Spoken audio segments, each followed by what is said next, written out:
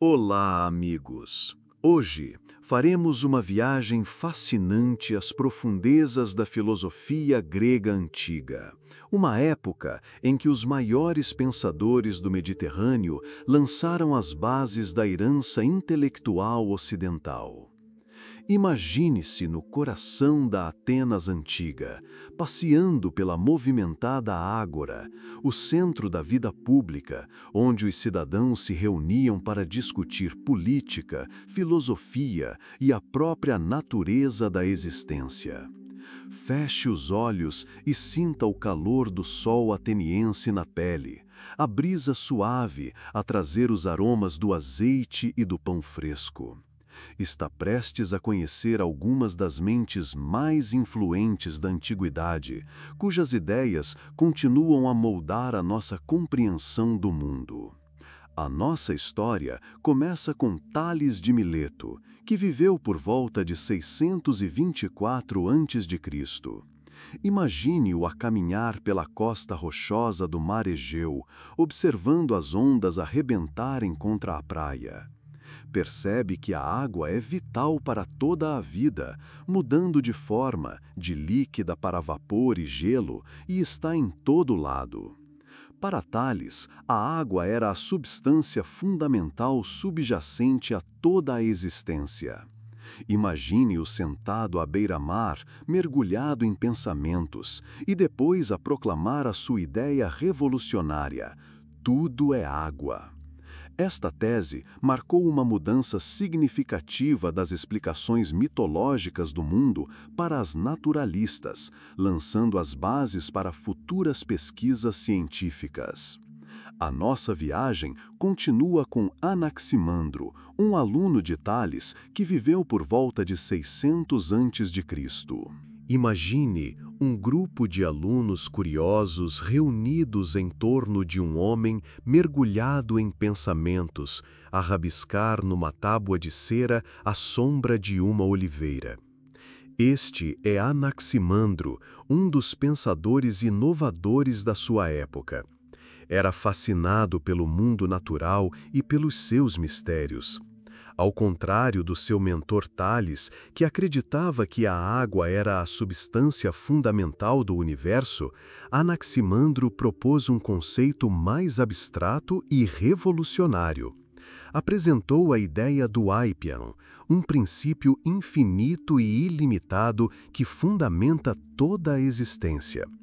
Embora possamos ver o nascimento e a morte, o aparecimento e o desaparecimento da água, do ar, da terra e do fogo, cada um destes elementos, na sua visão, tem um princípio e um fim.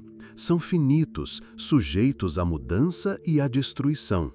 No entanto, o aipiron, defendia Anaximandro, é diferente, é eterno e indestrutível. Este conceito, transcendendo o mundo físico e existindo para além da experiência humana, desafia as compreensões tradicionais do cosmos. Explica que Apeiron dá origem a opostos, quente e frio, úmido e seco, que, por sua vez, criam os vários fenômenos que observamos no mundo. Imagine-se uma analogia como a mistura de água quente e fria para ilustrar como o Apeiron dá origem a estes opostos fundamentais e às suas interações. Apeiron é também a fonte de movimento e mudança, dando continuamente origem a novos mundos à medida que os antigos se dissolvem nele. Imagino a apontar para as estrelas no céu noturno, explicando que até os corpos celestes fazem parte deste ciclo eterno de nascimento, crescimento, decadência e renascimento. Esta ideia de um universo em constante mudança era inovadora, rejeitando a noção de um cosmos estático e imutável. O conceito de Apiron de Anaximandro introduz também uma dimensão moral ao universo. Sugere que existe uma justiça cósmica em que os elementos pagam pelos seus erros uns aos outros. Quando o fogo consome a madeira, deve eventualmente dar lugar à água, que a extingue. Este equilíbrio de forças mantém a harmonia do cosmos, com Apiron a funcionar como o árbitro final desta justiça cósmica. Os seus pensamentos não são apenas reflexões abstratas, mas estão profundamente ligados ao mundo que os rodeia, inspirando os seus ouvintes a ver o universo sob uma nova luz, como dinâmico e interligado. O seu conceito de Apiron lança as bases para futuras explorações filosóficas, influenciando os pensadores subsequentes que continuariam a explorar a natureza da existência e os princípios subjacentes do cosmos. Ao deixarmos a corte de Anaximandro, levamos conosco uma sensação de admiração e uma compreensão mais profunda dos vastos mistérios do universo. Continuando a nossa viagem pela Grécia Antiga, encontramos Anaxímenes de Mileto, um aluno de Anaximandro que viveu por volta de 580 a.C. Imagine-se a caminhar pelas ruas movimentadas de Mileto. O sol brilha intensamente no céu e o ar está impregnado do aroma das ervas e especiarias. Numa tranquila clareira relvada nos arredores da cidade, um pequeno grupo de estudantes reúne-se em torno de um filósofo imerso em pensamentos, observando o céu. Esse filósofo é Anaxímenes, e os seus profundos insights sobre a natureza do universo mudarão para sempre a nossa compreensão do mundo. Anaxímenes, tal como aqueles que o antecederam, procurou descobrir a substância fundamental de que todas as coisas são feitas. No entanto, enquanto Tales acreditava que esta substância era água e Anaximandro propôs um apeiron abstrato, Anaxímenes olhou para cima e encontrou a sua resposta no ar. Imagine Anaxímenes deitado na relva macia, observando as nuvens a cruzarem vagarosamente o céu, sentindo a brisa suave no seu rosto. Começa a formular a sua teoria revolucionária, que o ar, a substância abundante e onipresente, é o elemento de onde surge tudo o resto. A teoria de Anaxímenes é elegante e prática. Observa que o ar é essencial à vida, pois é respirado pelos humanos e pelos animais. Também observa que o ar pode mudar de forma, tornando-se quente ou frio. Imagine Anaxímenes a realizar experiências simples, como soprar para a mão para sentir o calor, ou soprar para o fogo para ver como isso afeta a chama. Estas observações cotidianas levam-no à conclusão de que o ar, através de processos de condensação e rarefação, se transforma em todos os outros elementos. Visualize Anaxímenes a explicar a sua teoria aos alunos, utilizando exemplos vívidos e claros. Descreve como o ar se condensa em vento e, com mais condensação, se transforma em água. À medida que a água continua a condensar, transforma-se em terra e, com ainda mais condensação, transforma-se em rocha. Imagine-o a desenhar estas transformações no chão com um pau, ilustrando a simplicidade e a lógica das suas ideias. Anaxímenes acredita também que o ar não é apenas a substância da matéria física, mas também o sopro da vida, a alma. Defende que, tal como o ar sustenta o corpo humano, também sustenta o universo. Esta ideia confere à sua filosofia um sentido de interligação entre o microcosmo, o homem, e o macrocosmo, o universo. Imagine-o diante dos seus alunos, com os braços estendidos para abraçar o vasto céu e a terra embaixo, transmitindo a unidade de todas as coisas através do ar. Certa noite, sob um céu salpicado de estrelas cintilantes, Anaxímenes discute a natureza dos corpos celestes. Sugere que as estrelas, o Sol e a Lua são compostos por ar rarefeito que se inflamou, fornecendo luz e calor à Terra. Explica como os céus não estão separados da Terra, mas fazem parte de um processo contínuo impulsionado pelo ar.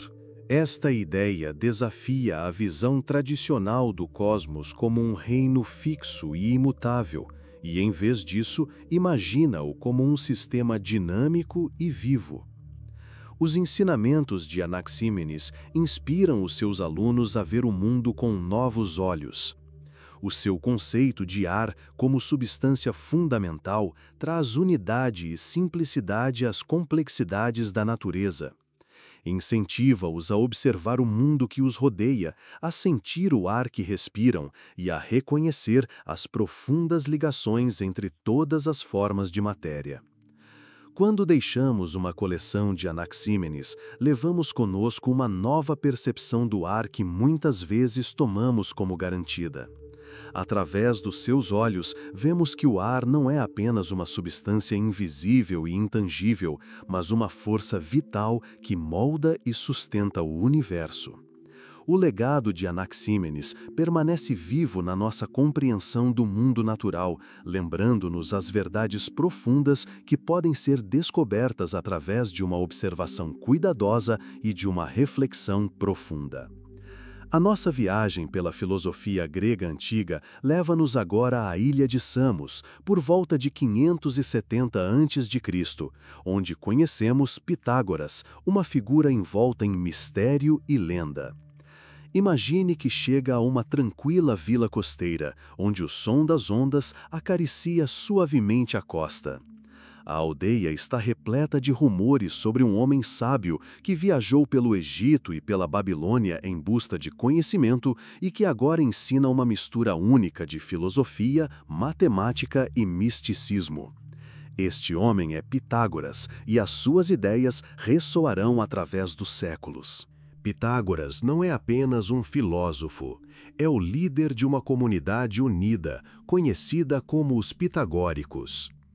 Imagine um grupo de seguidores devotos, vestidos com túnicas simples, reunidos num santuário modesto, mas isolado, onde se ouve o suave zumbido dos cânticos contemplativos. Os pitagóricos acreditavam num modo de vida que enfatizava a pureza, a autodisciplina e a busca do conhecimento. Viviam sob regras rígidas, incluindo uma dieta vegetariana, a vida comunitária e uma profunda reverência pela harmonia do universo. No centro da filosofia de Pitágoras está a crença de que os números são a essência fundamental de todas as coisas. Imagine Pitágoras de pé, diante de um quadro negro, de giz na mão, demonstrando como os números e suas relações fundamentam a estrutura do cosmos. Apresenta aos seus alunos o conceito de relações numéricas, que explicam as proporções harmoniosas que se encontram na natureza, na música e nos céus. Imagine o espanto nos rostos dos seus seguidores enquanto mostra como os intervalos na escala musical correspondem a relações numéricas simples, revelando a ordem oculta do mundo. Pitágoras e os seus seguidores também se aprofundam nas propriedades místicas dos números. Veem os números como símbolos com um profundo significado espiritual. Por exemplo, o número 1 representa a unidade e o início de todas as coisas, enquanto o número 2 simboliza a dualidade e o equilíbrio. O número 3 é considerado perfeito, representando a harmonia e a síntese dos opostos. Imagine uma tetráctis pitagórica, um altar triangular onde os seguidores meditam sobre o significado do número 3 e a sua personificação em forma triangular. Uma das contribuições mais famosas de Pitágoras é o Teorema de Pitágoras, que afirma que, num triângulo retângulo, o quadrado da hipotenusa é igual à soma dos quadrados dos outros dois lados. Imagine Pitágoras a demonstrar este teorema aos seus alunos utilizando uma mesa de areia para desenhar figuras geométricas precisas, mostrando que este princípio matemático se aplica não só aos triângulos, mas à própria estrutura do universo. Para além da matemática, Pitágoras e os seus seguidores estavam profundamente interessados na natureza da alma e na sua viagem através de ciclos de reencarnação. Acreditavam que a alma era imortal e passava por uma série de renascimentos procurando a purificação e a eventual união com o divino. Imagine Pitágoras sentado com os seus seguidores à volta de uma fogueira crepitante, contando histórias de vidas passadas e as lições aprendidas em cada encarnação. Esta crença na transmigração da alma levou os pitagóricos a viver uma vida de virtude, procurando libertar-se do ciclo de renascimentos e alcançar a iluminação espiritual. A comunidade pitagórica era também conhecida pelo seu secretismo e esoterismo. Era uma sociedade exclusiva, com iniciações e códigos de conduta rigorosos. Imagine a emoção e a reverência de um noviço a preparar-se para a iniciação, aprendendo símbolos e cânticos sagrados, e finalmente a ser aceite no círculo interno, onde mistérios mais profundos são revelados. Através dos ensinamentos de Pitágoras, os seus seguidores começaram a ver o universo como um todo harmonioso e interligado, governado pelos princípios da matemática e pela ordem divina dos números. Foram inspirados a procurar o conhecimento, a viver eticamente e a lutar pela pureza espiritual, acreditando que, através da compreensão do cosmos, poderiam alcançar um estado superior de ser. Quando deixamos o santuário pitagórico, levamos conosco uma sensação de admiração e espanto pela complexa harmonia do universo. O legado de Pitágoras continua, lembrando-nos que a busca pelo conhecimento e a busca pela iluminação espiritual estão interligadas, levando-nos a uma compreensão mais profunda de nós mesmos e do mundo que nos rodeia. A nossa exploração da filosofia grega antiga leva-nos agora à movimentada cidade de Éfeso, onde conhecemos Heráclito, um pensador cujas ideias são tão misteriosas quanto profundas. Imagine-se a vaguear pelos movimentados mercados de Éfeso, onde o ar se enche do aroma das especiarias e da conversa dos mercadores. No meio do esplendor da cidade, num canto tranquilo de um templo, pode-se encontrar uma figura perdida em pensamentos. Heráclito, conhecido pelos seus contemporâneos como o filósofo chorão, devido à sua natureza melancólica e crença na impermanência da vida, é um filósofo que vê o mundo através das lentes da constante mudança e fluxo. Imagine-o a caminhar nas margens do rio Caister, observando a água a fluir infinitamente, nunca exatamente igual de um momento para o outro. É aqui que formula sua famosa doutrina da mudança, encapsulada na frase Panta rei, que significa tudo flui. Reflete em voz alta para os seus seguidores. Não se pode entrar no mesmo rio duas vezes, pois outras águas correm continuamente para ele. Heráclito acredita que a mudança é a essência fundamental do universo. Vê a realidade não como uma coleção de objetos estáticos, mas como um processo dinâmico em que tudo está em constante movimento. Imagine Heráclito sentado com seus alunos num bosque sombreado, usando a metáfora do fogo para descrever a sua filosofia.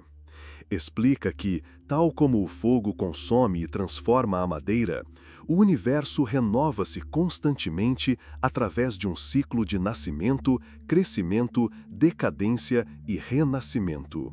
No centro do pensamento de Heráclito está o conceito de logos, o princípio subjacente de ordem e razão que impulsiona a mudança constante. Imagine-o a apontar para o fumo que se eleva de uma fogueira, explicando que o Logos garante que, apesar do caos aparente, existe uma estrutura racional no cosmos. O Logos é como um fio invisível que tece o tecido da realidade, mantendo o equilíbrio e a harmonia no fluxo. A filosofia de Heráclito estende-se também ao âmbito da experiência humana. Ensina que o conflito e a contradição são aspectos essenciais da vida, levando à mudança e ao crescimento. Imagine-o a ilustrar isto com o exemplo do arco e da lira, explicando como a tensão entre os opostos, como a corda do arco e a sua estrutura de madeira, ou as cordas da lira e o seu corpo, cria harmonia e equilíbrio. Defende que sem conflito não pode haver progresso, e sem luta não pode haver desenvolvimento. Heráclito é também conhecido pela sua crença na unidade dos opostos. Ensina que forças aparentemente contraditórias estão, na verdade, interligadas e interdependentes. Imagine-o a discutir a interação entre o dia e a noite, a vida e a morte, o prazer e a dor, e como estes opostos se definem e dão significado um ao outro. Realça que compreender esta unidade é a chave para compreender a verdadeira natureza da realidade. Os seus seguidores, que se reúnem à sua volta, são cativados pelas suas percepções. Aprendem a ver o mundo através dos olhos de Heráclito, onde a harmonia emerge da tensão de todas as coisas.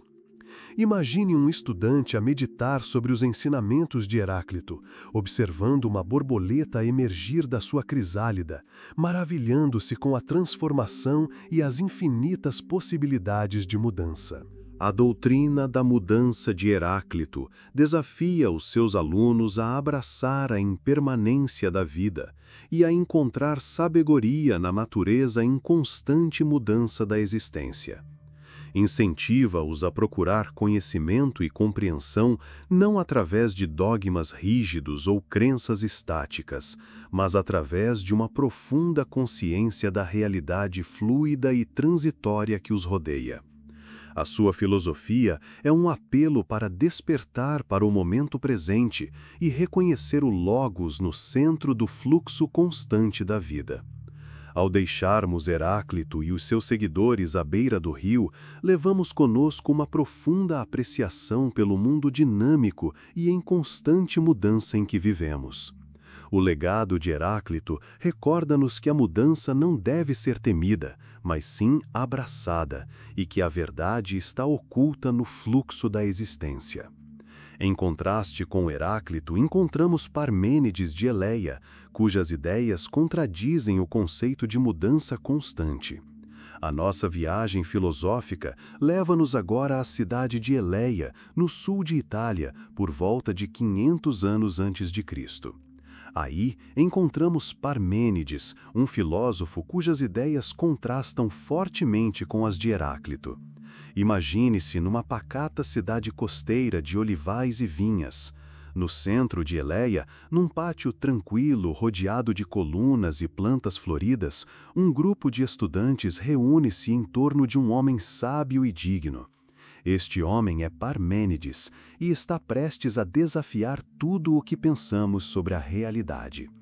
Parmênides acredita que a mudança é uma ilusão e que a verdadeira realidade é única e imutável. Imagine outrora, com a voz majestosa, a começar a explicar as suas ideias revolucionárias. Defende que os sentidos que nos dizem que o mundo está em constante mudança são enganadores. Em vez disso, Parmênides defende que a razão revela uma verdade mais profunda e imutável. Parmênides apresenta aos seus alunos o conceito de ser. Explica que o verdadeiro ser é incriado, indestrutível, indivisível e imutável. Imagine Parmênides a desenhar um círculo na areia para ilustrar a ideia de totalidade e unidade. Realça que o ser é inteiro e não pode ser dividido ou alterado. Esta realidade imutável, afirma, é a única existência. Para esclarecer ainda mais o seu ponto, Parmênides apresenta um argumento lógico. Pede aos seus alunos que considerem a natureza do nada ou do não ser. Imaginem os alunos imersos em pensamentos quando Parmênides faz uma pergunta simples mas profunda. Pode algo surgir do nada? Defende que não, dado que nada pode produzir algo. Portanto, se a mudança implica passar do não ser para o ser, ou vice-versa, deve ser impossível. O ser é e não pode não ser. O não ser não é, nem pode existir. O gênio de Parmênides reside na sua insistência em que o mundo das aparências, onde ocorre a mudança e a multiplicidade, é uma ilusão. Imagine-o a passear com seus alunos pelo movimentado mercado de Eleia, apontando as várias imagens, sons e atividades. Explica que o que eles percebem com os sentidos, as pessoas em movimento, a troca de mercadorias, a passagem do tempo, é apenas uma fachada. A verdadeira essência da realidade, insiste, é um ser único, imutável e eterno. Uma das obras mais famosas de Parmênides é um poema no qual descreve uma viagem mística ao reino da verdade. Imaginem Parmênides a recitar versos do seu poema aos seus alunos encantados, contando como estava acompanhado por uma deusa que revelou a diferença entre o caminho da verdade, aletheia, e o caminho da opinião, doxa. A deusa ensina que o caminho da verdade é o caminho da razão, que conduz à realização do ser eterno e imutável, enquanto o caminho da opinião é o caminho dos sentimentos, iludindo-nos com ilusões de mudança e multiplicidade. Os ensinamentos de Parmênides influenciam profundamente os seus alunos e os filósofos subsequentes. Aprendem a duvidar da fiabilidade da experiência sensorial e a procurar o conhecimento através da investigação racional. Imagine-se um aluno inspirado por Parmênides, sentado à beira-mar, a ponderar sobre a natureza da realidade, procurando ver para além das aparências para aprender a verdade eterna. A filosofia de Parmênides estabelece também as bases para as discussões metafísicas subsequentes. A sua afirmação de que o ser é imutável e indivisível desafiou os filósofos a conciliar as aparentes contradições entre a experiência sensorial e o pensamento racional. Imagine futuros pensadores, como Zenão de Eleia, a criar paradoxos para defender as ideias de Parmênides, alargando os limites da investigação filosófica. Ao deixarmos Parmênides e os seus seguidores no tranquilo pátio de Eleia, levamos conosco um profundo sentimento de admiração e curiosidade. O legado de Parmênides continua, lembrando-nos que, sob a superfície de um mundo em constante mudança, existe uma realidade mais profunda e eterna que pode ser descoberta através do poder da razão. A nossa viagem pela filosofia grega antiga leva-nos agora à pitoresca ilha da Sicília, no ano 450 a.C., onde encontramos Empédocles de Acragas. Imagine estar num penhasco com vista para as águas azuis do Mediterrâneo, sentindo o aroma das ervas e flores selvagens na brisa quente. Foi aqui, no meio da beleza natural da Sicília, que o filósofo, poeta e místico Empédocles desenvolveu a sua teoria dos 4 elementos. Empédocles, uma figura carismática e multifacetada, acreditava que toda a matéria do universo era composta por 4 elementos básicos: terra, água, ar e fogo. Imagine Empédocles com vestes esvoaçantes, discursando para uma plateia reunida num anfiteatro ao ar livre. Com convicção e fé na sua teoria, conta a sua história dos elementos. Explica que estes elementos são os blocos de construção básicos de tudo o que existe. Imagine-o a pegar num punhado de terra, a passá-la entre os dedos e a apontar para o mar agitado, o céu azul claro e o sol brilhante. Cada elemento, diz ao seu público, tem propriedades e características únicas. A terra é sólida e estável. A água é fluida e vital. O ar é leve e necessário. E o fogo é transformador e energético. A teoria de Empédocles vai para além da simples definição destes elementos. Introduz o conceito de 2 forças opostas: o amor, Filia, e a contenda, Neicos, que atuam sobre eles. Imagine Empédocles a desenhar um círculo na Terra e a dividi-lo em 4 quadrantes, cada um representando um dos elementos. De seguida, usa as mãos para demonstrar como o amor, a força de atração e unidade, une os elementos para formar estruturas complexas, enquanto a contenda, a força de divisão e discórdia, os separa. No mundo de Empédocles, estas forças estão em constante estado de fluxo, criando um universo dinâmico e em constante mudança. Imagine-o a utilizar a imagem de uma dança cósmica, com os elementos como parceiros a moverem-se em harmonia ou conflito, governados pelos ritmos do amor e da contenda. Cativa os seus ouvintes com descrições vívidas de como as montanhas se formam, os rios fluem, as plantas crescem e os animais vivem, tudo através da interação destas forças elementais. A filosofia de Empédocles estende-se ao domínio da experiência humana. Ensina que o corpo e a alma são compostos por 4 elementos, e que a saúde e o bem-estar dependem do seu equilíbrio. Imagino a instruir os seus seguidores sobre como alcançar a harmonia interior, usando a dieta, o exercício e a meditação para se equilibrar com a natureza. Realça que a compreensão dos elementos e das suas interações pode levar a uma ligação mais profunda com o universo e a uma vida mais plena. As ideias de Empédocles não se limitam à especulação. É também conhecido pelas suas práticas místicas e religiosas. Imagino-a conduzir rituais num bosque sagrado, invocando os elementos e as forças divinas que os governam. Afirma ter poderes mágicos, como curar os doentes e influenciar o clima, atribuindo estas capacidades ao seu profundo conhecimento dos elementos. Uma das obras mais famosas de Empédocles é o seu poema Sobre a Natureza, onde descreve a sua cosmologia e os princípios dos 4 elementos. Imagino-a recitar versos do seu poema para uma plateia extasiada, descrevendo o ciclo eterno de nascimento, morte e renascimento, impulsionado pela interação do amor e do conflito. A sua linguagem poética e metáforas figurativas dão vida aos conceitos, deixando os ouvintes num estado de admiração e espanto. Quando deixamos Empédocles e os seus seguidores nas praias soleiras da Sicília, levamos conosco uma profunda compreensão das forças elementais que moldam o nosso mundo.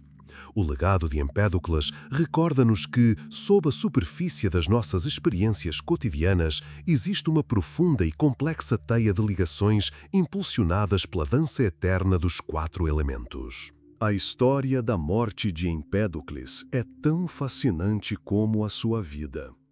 Segundo a lenda popular, Empédocles, confiante no seu status divino, decidiu provar a sua imortalidade saltando para o vulcão ativo Etna.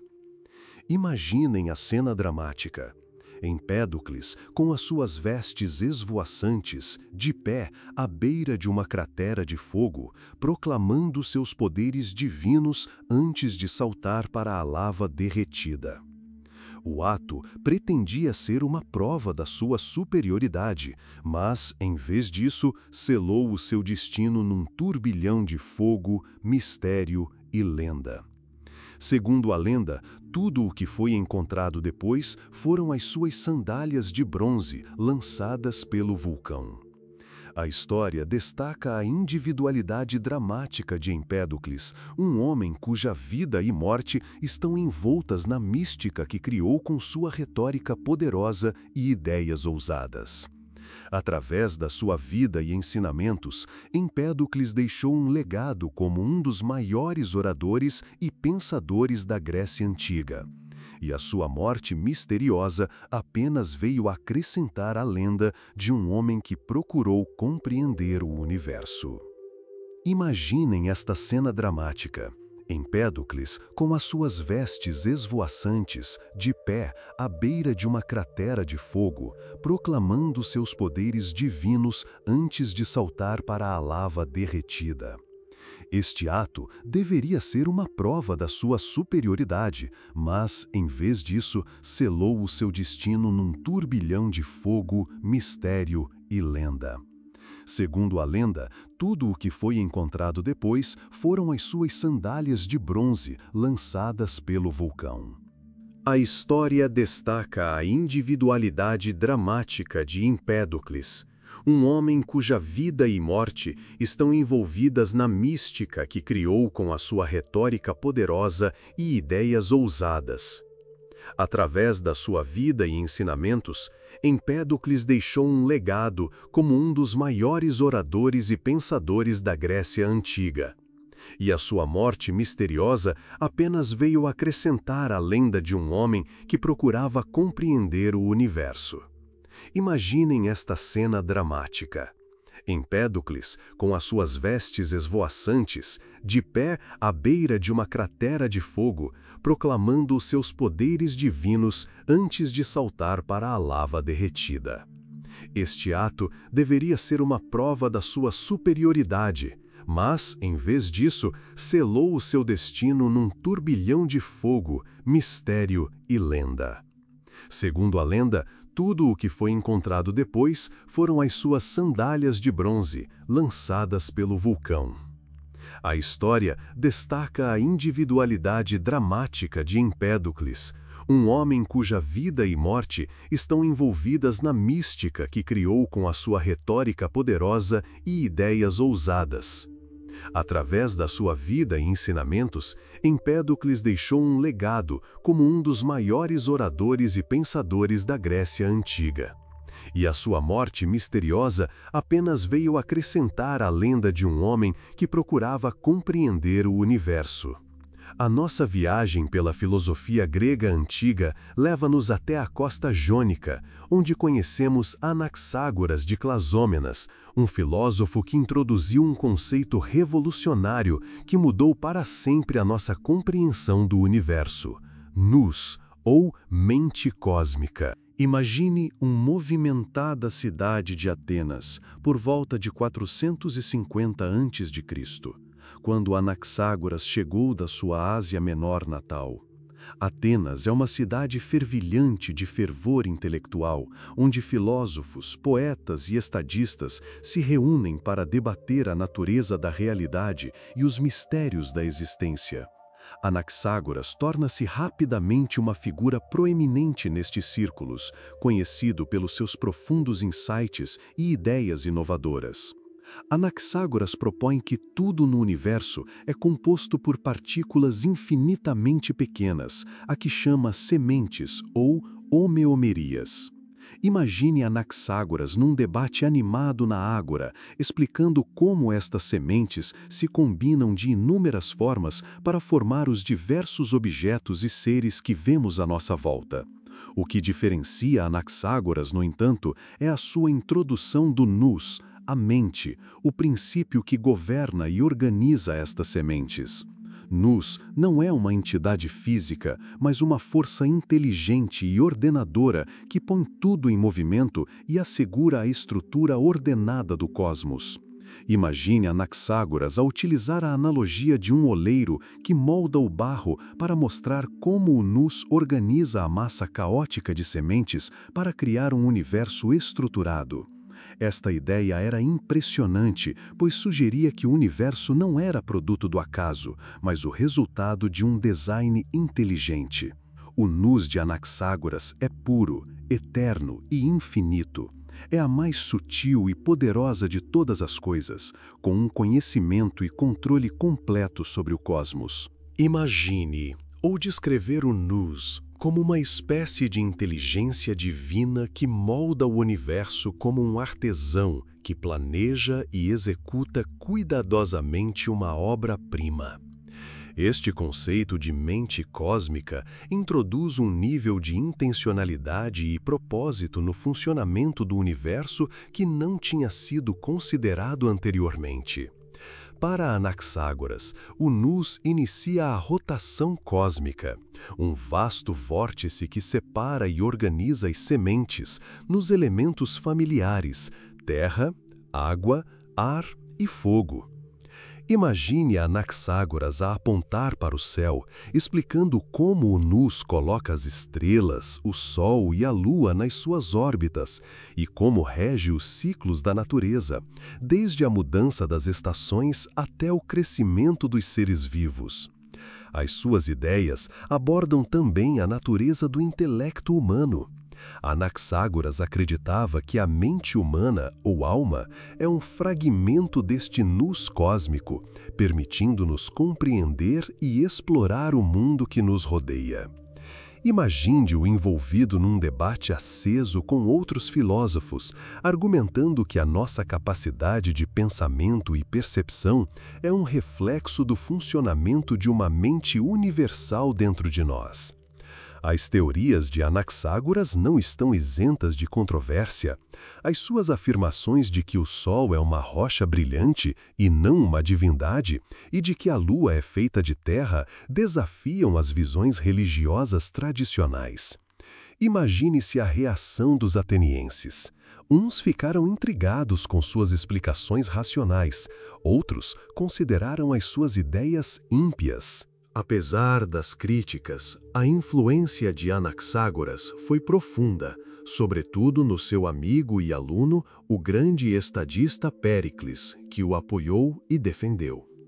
O legado de Anaxágoras e o seu conceito de Nous continuam a influenciar os filósofos subsequentes, como Sócrates, Platão e Aristóteles.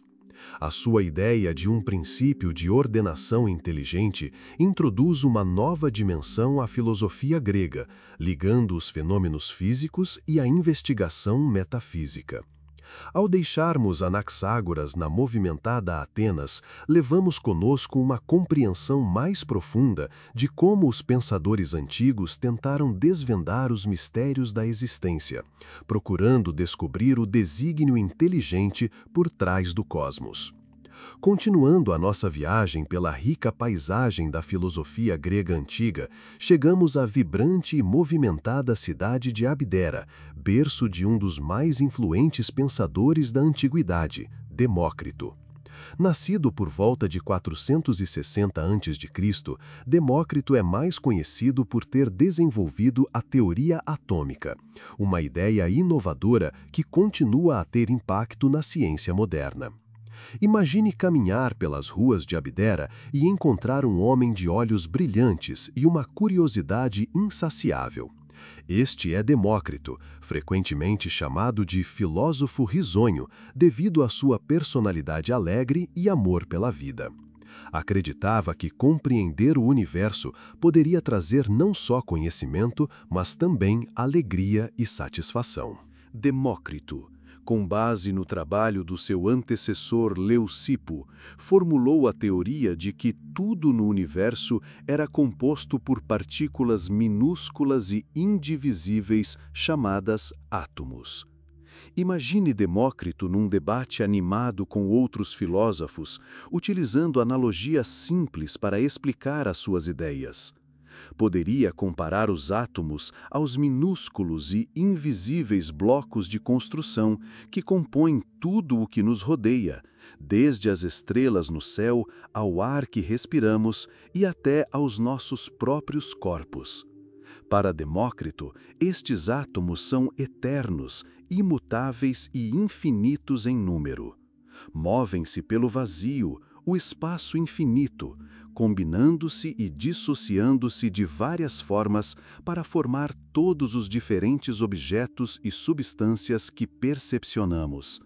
Imagine-o a explicar este processo usando a analogia de um caleidoscópio, onde algumas formas básicas criam padrões infinitos dependendo da forma como estão dispostas. Uma das características mais marcantes do atomismo de Demócrito é a sua natureza mecanicista. Propôs que todos os fenômenos, incluindo as experiências sensoriais e as emoções humanas, poderiam ser explicadas pelas interações dos átomos.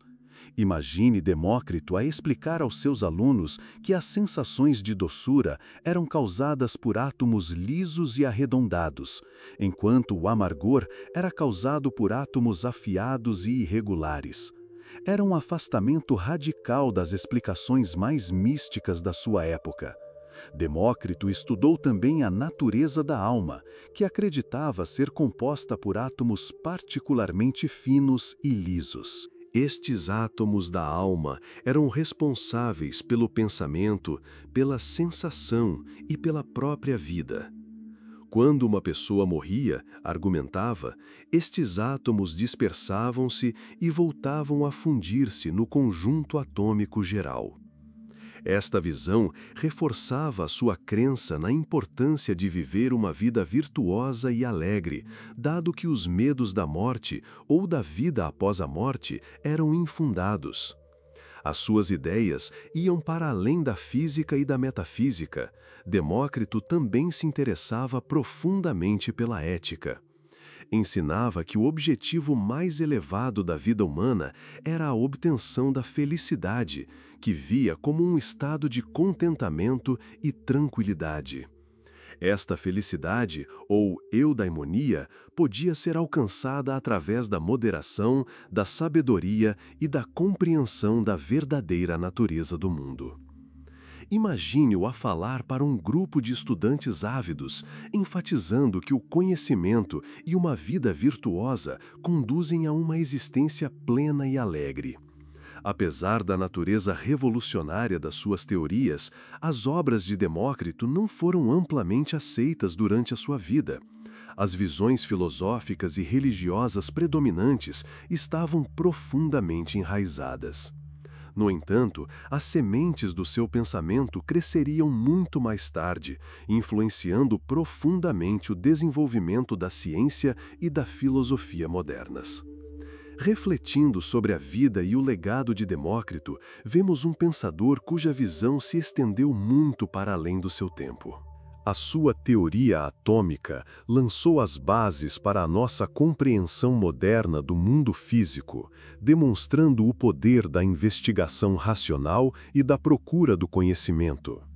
Ao concluirmos a nossa exploração dos pré-socráticos, refletimos sobre o incrível legado deste período inicial da filosofia ocidental. Desde a busca de Tales pela substância fundamental do universo, até a visão de Demócrito de um cosmos atômico, estes pensadores debruçaram-se sobre questões profundas sobre a natureza da realidade, do conhecimento e da existência. A sua investigação lançou as bases para futuros desenvolvimentos filosóficos, influenciando figuras como Sócrates e Aristóteles e inspirando o discurso científico e filosófico moderno. Os pré-socráticos foram mais do que simples filósofos, foram pioneiros que ousadamente se aventuraram no desconhecido e alargaram os horizontes da compreensão humana. Agora que já acompanhamos a vida de Sócrates, vamos aprofundar a sua filosofia e os ensinamentos que são a pedra basilar do seu legado duradouro. Imagine-se novamente sentado na ágora, entre um grupo de ouvintes atentos, enquanto Sócrates inicia o seu diálogo. A sua abordagem à filosofia era um método intensamente interativo e dialético que ficou conhecido como método socrático. Este método não era apenas uma técnica de ensino, mas uma abordagem profunda para a compreensão do mundo e de nós próprios. Sócrates acreditava que a sabedoria começa com a admiração. O seu método envolvia uma série de perguntas investigativas, concebidas para estimular o pensamento crítico e clarificar ideias. Imaginem Sócrates a conversar com um jovem ateniense sobre a natureza da justiça. Poderia começar com uma pergunta aparentemente simples: o que é a justiça? O entrevistado poderia oferecer uma resposta, apenas para descobrir que Sócrates faz perguntas complementares que revelam complexidades e contradições na sua resposta. Este processo, resultando muitas vezes em mais perguntas do que respostas, estimulava a reflexão profunda e a introspecção. Sócrates utilizava este método para desafiar as suposições e revelar crenças fundamentais. Acreditava que, através do diálogo, as pessoas poderiam alcançar uma compreensão mais clara e verdadeira de conceitos fundamentais como a virtude, a justiça e uma vida boa. O seu objetivo não era fornecer respostas, mas ajudar as pessoas a reconhecerem a sua própria ignorância e as limitações do seu conhecimento. Este reconhecimento, acreditava, era o primeiro passo para a verdadeira sabedoria. No cerne dos ensinamentos de Sócrates estava a ideia de que a procura da virtude e de uma vida boa era primordial. Ao contrário dos sofistas, que defendiam que as verdades morais eram relativas e que o sucesso era o objetivo final, Sócrates acreditava que a virtude era o bem mais valioso, muito mais importante do que a riqueza, a fama ou o poder. Para Sócrates, viver uma vida virtuosa era sinônimo de uma vida plena e feliz. Enfatizava frequentemente a importância do autoconhecimento. A famosa frase, "Conhece-te a ti mesmo". Sócrates acreditava que compreender-se a si próprio era essencial para alcançar a virtude. Isso significava admitir a própria ignorância e esforçar-se por se aperfeiçoar através do autoexame constante. Para Sócrates, a vida sem exame não valia a pena ser vivida, porque carecia da procura da virtude e da sabedoria. Sócrates acreditava profundamente na imortalidade da alma. Via a alma como a verdadeira essência de uma pessoa, mais importante do que o corpo físico. Nos seus diálogos com os seus alunos, Sócrates discutia a natureza da alma, defendendo que a saúde da alma depende de uma vida virtuosa e que o bem-estar da alma é o objetivo final da existência humana. Num dos seus diálogos mais famosos, a Apologia, Sócrates explica à sua audiência que o seu papel como filósofo é como o de uma parteira, ajudando os outros a dar à luz a sua própria compreensão da verdade. Afirma que a sua missão é divina, que lhe foi dada pelos deuses para encorajar os atenienses a cuidar das suas almas e a lutar pela virtude. Acreditava que, ao cumprir essa missão, estava a beneficiar não só os indivíduos, mas toda a cidade de Atenas. Sócrates é famoso pela sua afirmação de que o conhecimento é equivalente à virtude. Defendia que, se uma pessoa realmente compreende o que é certo, naturalmente fará o que é certo. Esta ideia, conhecida como intelectualismo ético, sugere que os erros morais se devem à ignorância e não à fraqueza. Por exemplo, se alguém age injustamente, é porque não compreende plenamente o que é a justiça. O caminho para a virtude passa, portanto, pelo conhecimento. Imaginem caminhar pelas ruas movimentadas da antiga Atenas. O ar está repleto dos gritos dos mercadores, das gargalhadas das crianças que brincam e do zumbido das conversas. A ágora, o coração da vida pública ateniense, fervilha de atividade. Na multidão, repara num homem que se destaca não pela aparência, mas pelo comportamento.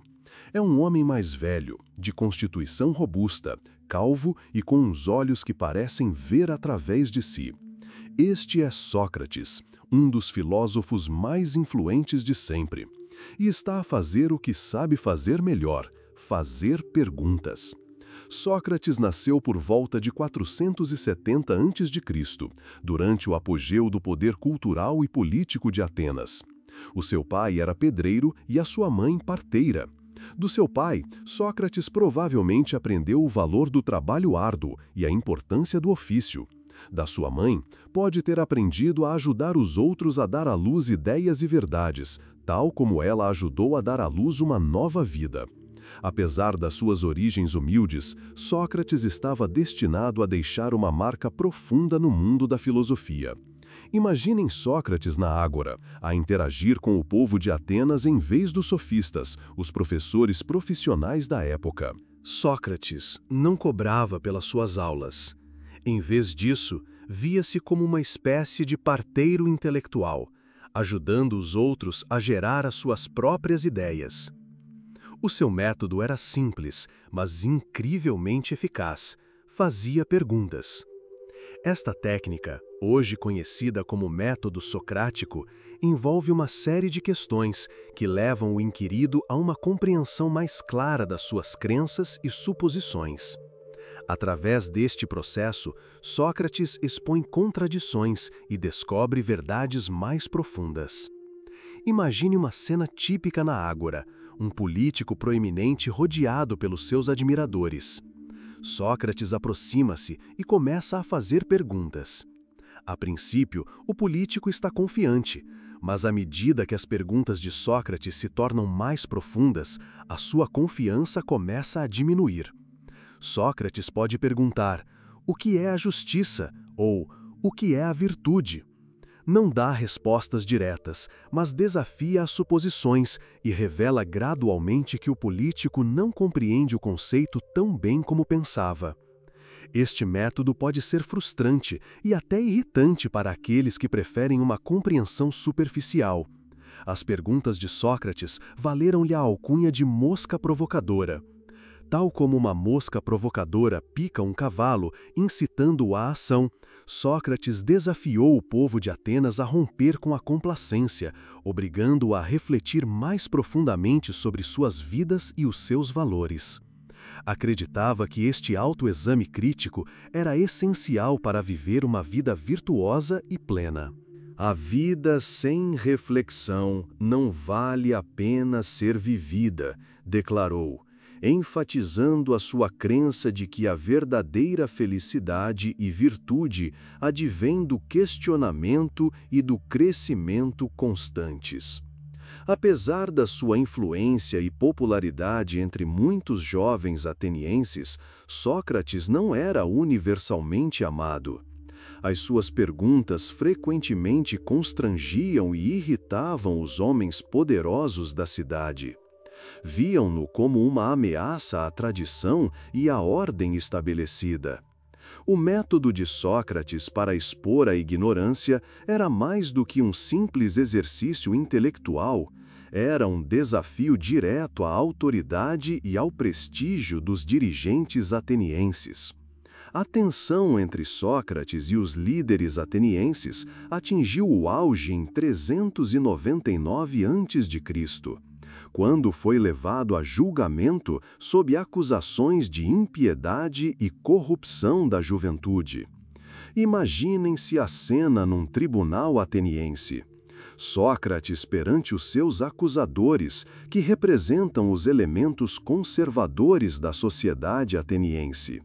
Afirmam que Sócrates é uma influência perigosa, questionando os deuses e enganando a juventude com as suas ideias radicais. No julgamento, Sócrates mantém-se firme e impenitente. Usa a ocasião não para implorar misericórdia, mas para aprofundar a sua filosofia. Imaginem Sócrates a dirigir-se ao júri, calmo e racional. Em sua própria defesa, explica que os seus estudos filosóficos são um serviço à cidade, uma missão divina para incentivar o aperfeiçoamento moral e intelectual. Afirma que não está a corromper a juventude, mas a inspirá-la a pensar criticamente e a procurar a verdade. A defesa de Sócrates é eloquente, mas não convence a maioria do júri. É considerado culpado e condenado à morte por beber uma taça de veneno de cicuta. Nas suas últimas horas, Sócrates mantém-se fiel aos seus princípios. Imagina a cena na sua cela, onde amigos e alunos de Sócrates se reúnem, implorando-lhe que fuja. Sócrates recusa, acreditando que a fuga violaria os seus princípios e destruiria as leis atenienses que sempre respeitou.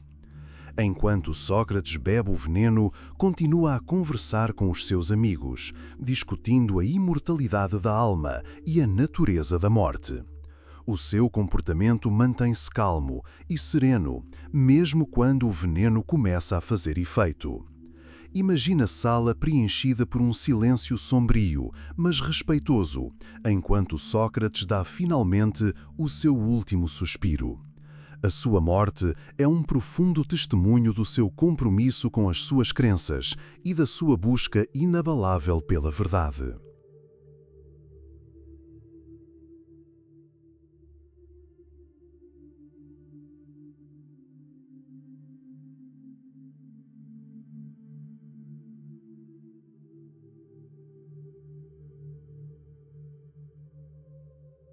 Enquanto Sócrates bebe o veneno, continua a conversar com os seus amigos, discutindo a imortalidade da alma e a natureza da morte. O seu comportamento mantém-se calmo e controlado, mesmo quando o veneno começa a fazer efeito. Imagine a sala preenchida por um silêncio sombrio, mas respeitoso, enquanto Sócrates dá finalmente o seu último suspiro.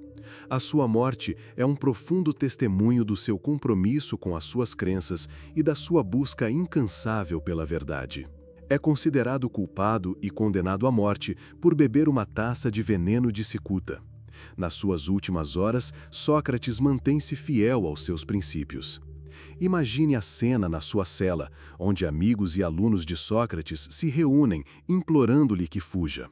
Sócrates recusa, acreditando que a fuga violaria os seus princípios e destruiria as leis de Atenas que sempre respeitou. Enquanto Sócrates bebe o veneno, continua a conversar com seus amigos, discutindo a imortalidade da alma e a natureza da morte. O seu comportamento mantém-se calmo e controlado, mesmo quando o veneno começa a fazer efeito. Imagine a sala preenchida por um silêncio sombrio, mas respeitoso, enquanto Sócrates dá finalmente o seu último suspiro. A sua morte é um profundo testemunho do seu compromisso com as suas crenças e da sua busca incansável pela verdade. O legado de Sócrates perdura não através das suas obras escritas, mas pela influência duradoura das suas ideias e pelo profundo impacto que teve nos seus alunos e nas gerações subsequentes de filósofos. Platão, o seu aluno mais famoso, escreveu diálogos que captaram a essência do pensamento socrático e preservaram as ideias do seu mentor. Aristóteles, aluno de Platão, desenvolveu ainda mais estas ideias, lançando as bases da filosofia ocidental. Ao refletirmos sobre a vida e a morte de Sócrates, vemos um homem que dedicou a sua vida à busca da sabedoria, que estava disposto a desafiar as convenções e a manter-se fiel aos seus princípios mesmo perante a morte. A sua história é um poderoso lembrete da importância do pensamento crítico, da coragem para questionar as normas aceites. Ao concluirmos a nossa exploração da vida de Sócrates, ficamos com um profundo respeito pelos seus contributos para a filosofia e pelo seu legado duradouro. A sua vida e os seus ensinamentos continuam a inspirar-nos e a desafiar-nos, convidando cada um de nós a abraçar o papel do provocador nas nossas vidas, a questionar, a refletir e a procurar uma compreensão mais profunda de nós próprios e do mundo que nos rodeia. Agora que já acompanhamos a vida de Sócrates, vamos aprofundar a sua filosofia e os ensinamentos que são a pedra basilar do seu legado duradouro. Imagine-se novamente sentado na ágora, entre um grupo de ouvintes atentos, enquanto Sócrates inicia o seu diálogo. A sua abordagem à filosofia era um método intensamente interativo e dialético, que ficou conhecido como método socrático. Este método não era apenas uma técnica de ensino, mas uma abordagem profunda para a compreensão do mundo e de nós próprios. Sócrates acreditava que a sabedoria começa com a admiração. O seu método envolvia uma série de perguntas investigativas, concebidas para estimular o pensamento crítico e clarificar ideias. Imaginem Sócrates a conversar com um jovem ateniense sobre a natureza da justiça. Poderia começar com uma pergunta aparentemente simples: o que é a justiça? O entrevistado poderia oferecer uma resposta, apenas para descobrir que Sócrates faz perguntas complementares que revelam complexidades e contradições na sua resposta. Este processo, resultando muitas vezes em mais perguntas do que respostas, estimulava a reflexão profunda e a introspecção. Sócrates utilizava este método para desafiar as suposições e revelar crenças fundamentais. Acreditava que, através do diálogo, as pessoas poderiam alcançar uma compreensão mais clara e verdadeira de conceitos fundamentais como a virtude, a justiça e uma vida boa. O seu objetivo não era fornecer respostas, mas ajudar as pessoas a reconhecerem a sua própria ignorância e as limitações do seu conhecimento. Este reconhecimento, acreditava, era o primeiro passo para a verdadeira sabedoria. No cerne dos ensinamentos de Sócrates estava a ideia de que a procura da virtude e de uma vida boa era primordial. Ao contrário dos sofistas, que defendiam que as verdades morais eram relativas e que o sucesso era o objetivo final, Sócrates acreditava que a virtude era o bem mais valioso, muito mais importante do que a riqueza, a fama ou o poder. Para Sócrates, viver uma vida virtuosa era sinônimo de uma vida plena e feliz. Enfatizava frequentemente a importância do autoconhecimento, a famosa frase "conhece-te a ti mesmo". Sócrates acreditava que compreender-se a si próprio era essencial para alcançar a virtude. Isso significava admitir a própria ignorância e esforçar-se por se aperfeiçoar através do autoexame constante. Para Sócrates, a vida sem exame não valia a pena ser vivida porque carecia da procura da virtude e da sabedoria. Sócrates acreditava profundamente na imortalidade da alma. Via a alma como a verdadeira essência de uma pessoa, mais importante do que o corpo físico. Nos seus diálogos com os seus alunos, Sócrates discutia a natureza da alma, defendendo que a saúde da alma depende de uma vida virtuosa e que o bem-estar da alma é o objetivo final da existência humana. Num dos seus diálogos mais famosos, a Apologia, Sócrates explica à sua audiência que o seu papel como filósofo é como o de uma parteira, ajudando os outros a dar à luz a sua própria compreensão da verdade. Afirma que a sua missão é divina, que lhe foi dada pelos deuses para encorajar os atenienses a cuidar das suas almas e a lutar pela virtude. Acreditava que, ao cumprir esta missão, estava a beneficiar não só os indivíduos, mas toda a cidade de Atenas. Sócrates é famoso pela sua afirmação de que o conhecimento é equivalente à virtude. Defendia que, se uma pessoa realmente compreende o que é certo, naturalmente fará o que é certo. Esta ideia, conhecida como intelectualismo ético, sugere que os erros morais se devem à ignorância e não à fraqueza. Por exemplo, se alguém age injustamente, é porque não compreende plenamente o que é a justiça. O caminho para a virtude passa, portanto, pelo conhecimento. A nossa viagem pela filosofia grega antiga continua com uma das mentes mais brilhantes de sempre, Platão.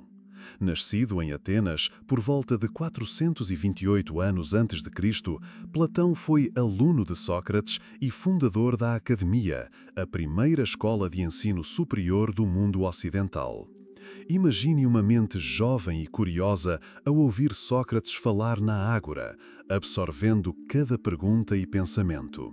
Oriundo de uma distinta família ateniense, Platão estava originalmente destinado à carreira política, mas um encontro com Sócrates mudou a sua vida. Tornou-se um aluno dedicado, assistiu ao julgamento do seu mentor e ficou para sempre abalado pelo veredito injusto. Este acontecimento afetou profundamente as suas visões sobre a política e a filosofia, levando-o a acreditar que o Estado ideal só poderia ser construído sobre os fundamentos da sabedoria e da justiça. Platão é mais conhecido pela sua teoria das formas, ou ideias. Imagine-o sentado com os seus alunos na academia, rodeado de oliveiras e colunatas, a explicar que o mundo visível que percebemos com os nossos sentidos não é a verdadeira realidade. A verdadeira realidade, acreditava Platão, existe num mundo transcendente de formas perfeitas, imutáveis e eternas. Imagine um círculo perfeito ou uma justiça perfeita. Estas ideias, ou formas, existem independentemente do mundo físico. Tudo o que vemos no mundo físico são apenas cópias imperfeitas ou sombras destas formas perfeitas. Para ilustrar este complexo conceito, Platão utilizou a famosa alegoria da caverna. Imagine um grupo de prisioneiros acorrentados desde o nascimento numa gruta, virados para a parede. Um fogo arde atrás deles, e entre os prisioneiros e o fogo caminham pessoas que transportam vários objetos. Os prisioneiros veem apenas as sombras destes objetos na parede e acreditam que estas são a única realidade. Imagine então que um dos prisioneiros é libertado e emerge para a luz do dia. A princípio sente dor, mas gradualmente começa a ver o verdadeiro mundo para lá da caverna. Quando regressa para contar a verdade aos seus companheiros, estes não acreditam nele, preferindo permanecer nas suas ilusões. Esta alegoria, que Platão explica aos seus alunos, simboliza a condição humana. Os prisioneiros somos nós, agrilhados às ilusões do mundo sensorial, e o filósofo é aquele que se liberta para ver as verdadeiras formas. Platão acreditava que o verdadeiro conhecimento não é alcançado pelos sentidos, mas pela razão e pela contemplação intelectual. A filosofia de Platão teve também um profundo impacto na política, sobretudo na sua obra A República. Imaginem Platão a discutir a natureza de uma sociedade ideal com os seus alunos. Defendia que um Estado ideal deveria ser governado por reis filósofos, aqueles que possuíam sabedoria e conhecimento das formas. Acreditava que a sociedade deveria ser estruturada de tal forma que cada pessoa cumprisse uma função com base nas suas capacidades e virtudes. Platão distinguia 3 classes no Estado ideal: reis filósofos, que governavam, guardiões, que protegiam, e artesãos, que proviam as necessidades materiais. Defendia que, tal como a alma era composta por 3 partes, razão, espírito e apetite, também a sociedade deveria ser harmoniosa e equilibrada. Os ensinamentos de Platão centravam-se também na ideia da imortalidade da alma. Acreditava que a alma não só era imortal, como também existia antes do nascimento no mundo das formas, onde aprendia verdades ideais. Imagine-o a explicar que aprender não era a aquisição de novos conhecimentos, mas sim a recordação ou anamnese do que a alma já sabia. Esta concepção influenciou profundamente o pensamento ocidental sobre a natureza da consciência e da cognição. A influência de Platão na filosofia ocidental foi monumental. As suas ideias sobre a natureza da realidade, o conhecimento, a ética e a política moldaram inúmeros pensadores ao longo dos séculos. A academia que fundou tornou-se um centro de vida intelectual, atraindo estudantes e estudiosos de todo o mundo antigo. Quando deixamos Platão e os seus alunos na academia, levamos conosco um profundo sentimento de admiração pelo poder das ideias e a compreensão de que o mundo que vemos pode ser apenas uma sombra de uma realidade mais profunda e verdadeira. O legado de Platão continua a inspirar-nos a questionar os nossos pressupostos, a procurar a sabedoria e a explorar as formas eternas que moldam a nossa existência. O nosso percurso filosófico continua em Atenas, onde conhecemos Aristóteles, aluno de Platão e um dos pensadores mais influentes da história da humanidade. Nascido em Estagira, por volta de 384 a.C., Aristóteles era uma mente brilhante, cujos interesses iam desde a lógica e a metafísica à biologia, à ética e à política. Imagine-o, calmo e sereno, a passear pelo Liceu, a sua própria escola, fundada em 335 a.C., dando palestras aos seus alunos. Ao contrário de Platão, que procurava o mundo transcendente das formas, Aristóteles estava profundamente focado no mundo empírico que percepcionamos com os nossos sentidos. A sua abordagem à filosofia era sistemática e empírica, baseada na observação e na classificação. Acreditava que o conhecimento deveria ser obtido pelo estudo de fenômenos específicos e, em seguida, generalização a partir dessas observações. Aristóteles é considerado o pai da lógica. Imagine-o a explicar aos seus alunos os princípios do silogismo, um método de raciocínio dedutivo. Ensinou como construir argumentos válidos usando premissas que levam a uma conclusão específica. Por exemplo, todos os homens são mortais. Sócrates é um homem, logo, Sócrates é mortal. Esta sistematização da lógica tornou-se a base do pensamento científico e filosófico ocidental durante mais de 2000 anos. Na metafísica, Aristóteles discordava de Platão na teoria das formas. Em vez de colocar as formas num reino separado, Aristóteles defendia que as formas, ou como ele lhes chamava, essências ou formas, eram indissociáveis das coisas particulares. Imagine-o a segurar uma maçã e a explicar que a forma de uma maçã não existe separadamente da própria maçã. A forma de uma maçã é a sua essência, a sua maçanidade, que é inerente à própria maçã. Acreditava que tudo no mundo era composto de matéria e forma. Matéria era aquilo de que algo era feito, e forma era o que ele era. Aristóteles desenvolveu também o conceito de 4 causas para explicar a existência e a mudança das coisas. Imagine-o a usar o exemplo de uma estátua para ilustrar estas causas. Motivo material, de que é feito, mármore. Razão formal, qual a sua forma ou essência, a forma da estátua de David. Causa efetiva, quem o criou, escultor. Causa final, por que existe, a sua finalidade, decorar e inspirar. Este sistema de causalidade tornou-se uma ferramenta fundamental para a compreensão do mundo. No campo da ética, Aristóteles debruçou-se sobre o conceito de eudaimonia, frequentemente traduzido por felicidade ou florescimento. Imagine-o a dar aulas aos seus alunos sobre a Ética a Nicômaco, a sua obra-prima sobre ética. Defendia que a eudaimonia era alcançada vivendo uma vida virtuosa. Para Aristóteles, a virtude não era simplesmente fazer o que está certo, mas desenvolver um caráter que conduzisse à ação correta. Falava do meio termo, encontrar um equilíbrio entre os 2 extremos do vício. Por exemplo, a coragem é o meio termo entre a imprudência e a cobardia. Justiça, generosidade, amizade, todas estas são virtudes que devem ser desenvolvidas através da prática e do hábito.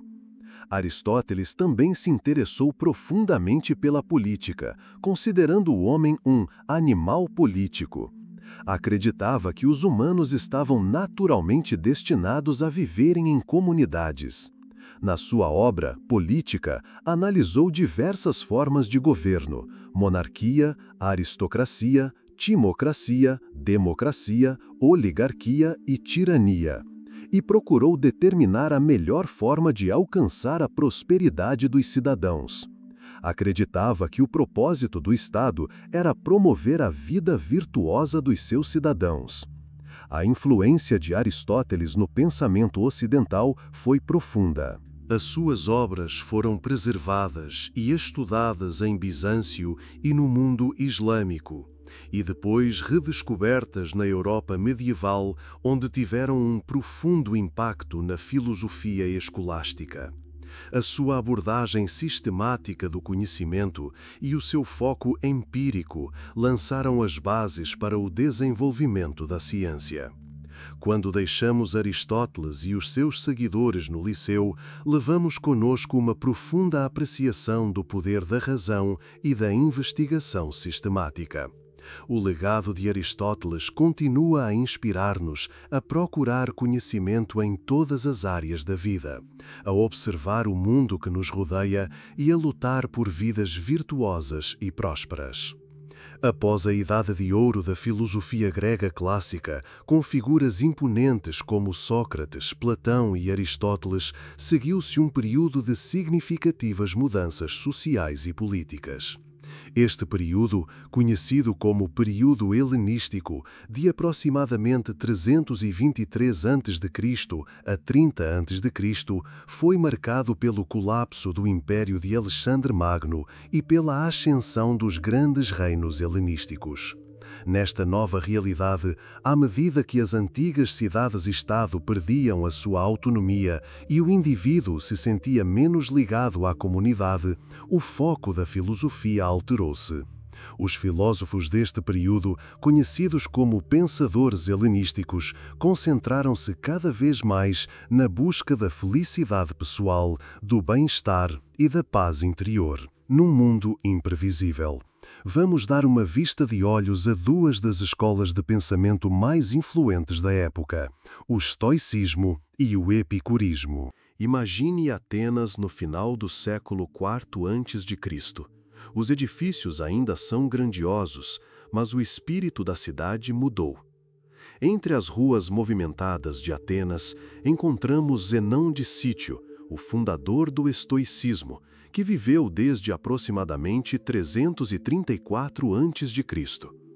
Imagine-o a raciocinar calmamente com os seus discípulos na Stoa Poikile, ou Stoa Pintada, na Ágora, daí o nome de estoicismo. Os estoicos acreditavam que o objetivo mais elevado da vida humana era alcançar a eudaimonia, ou prosperidade, vivendo em harmonia com a natureza e a razão. No cerne da filosofia estoica estava a crença de que o universo era governado por uma mente divina, ou logos, que era a manifestação da lei natural. Imagine um estoico a meditar sobre o céu, percebendo que tudo acontece de acordo com um plano imutável e racional. Os humanos, como parte deste cosmos, poderiam alcançar a felicidade aceitando o que estava fora do seu controle e concentrando-se no que estava dentro deles. Os estoicos ensinavam que a única forma de alcançar a verdadeira felicidade é reconhecer a diferença entre o que podemos controlar e o que não podemos. Imagine um estoico a enfrentar um infortúnio, como a perda de bens ou a morte de um ente querido, com calma. Não lamenta excessivamente, pois entende que estes acontecimentos estão fora do seu controle. O que ele pode controlar são as suas reações, o seu julgamento e as suas ações. Os estoicos davam grande ênfase ao desenvolvimento da virtude, que acreditavam ser o único bem verdadeiro. Sabedoria, coragem, justiça e temperança eram as 4 virtudes cardeais. Acreditavam que, praticando estas virtudes, uma pessoa podia viver de acordo com a razão e alcançar a liberdade interior, ou ataraxia, um estado de serenidade e equanimidade. Imagine um sábio estoico que se mantém calmo e sereno em qualquer situação, sem sucumbir a emoções que lhe possam toldar o juízo. O legado do estoicismo revelou-se incrivelmente duradouro. Os seus ensinamentos sobre o autocontrole, a aceitação do destino e a busca da virtude tiveram uma profunda influência sobre imperadores romanos como Marco Aurélio, bem como sobre o cristianismo primitivo e a psicologia moderna. Quando deixamos os estoicos, levamos conosco uma lição poderosa sobre como encontrar a paz interior num mundo que muitas vezes parece caótico, concentrando-nos no que realmente importa, o nosso caráter e as nossas reações. A nossa viagem pela filosofia helenística leva-nos agora a um jardim nos arredores de Atenas, onde conhecemos Epicuro, o fundador do epicurismo, que viveu aproximadamente de 341 a 270 a.C. Imagine este jardim, um lugar tranquilo e pacífico onde amigos e seguidores se reuniam para estudar e viver com simplicidade. Epicuro, ao contrário de alguns dos seus contemporâneos, não se preocupava com questões metafísicas abstratas ou com a vida após a morte. A sua filosofia centrava-se em alcançar a felicidade e a ausência de sofrimento nesta vida. No cerne da filosofia epicurista está a crença de que o bem supremo é o prazer, hedone. No entanto, Epicuro não tinha em mente o prazer sensual e racional. Em vez disso, defendia a ataraxia, a ausência de inquietação na alma, e a apatia, a ausência de dor no corpo.